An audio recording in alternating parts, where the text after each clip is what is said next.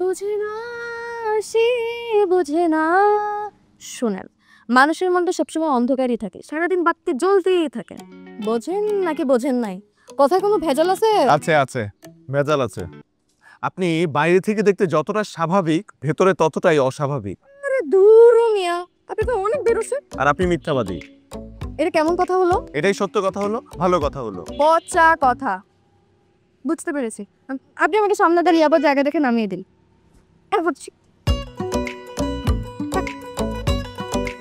এত জোরে চিমটি মারলাম, এবার উফ করলেন না কেন?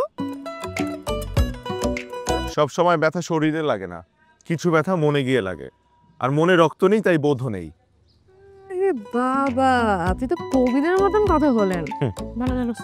সবাই কবি হয়েই জন্মায়। আস্তে আস্তে সময়ের সাথে সাথে মানুষ হয়, এরপরে হয় অমানুষ।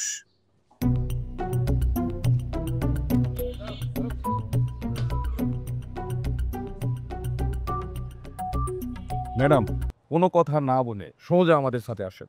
যান, এই যে আপনিও আসুন। আমি কেন আসবো? কেন আসবে?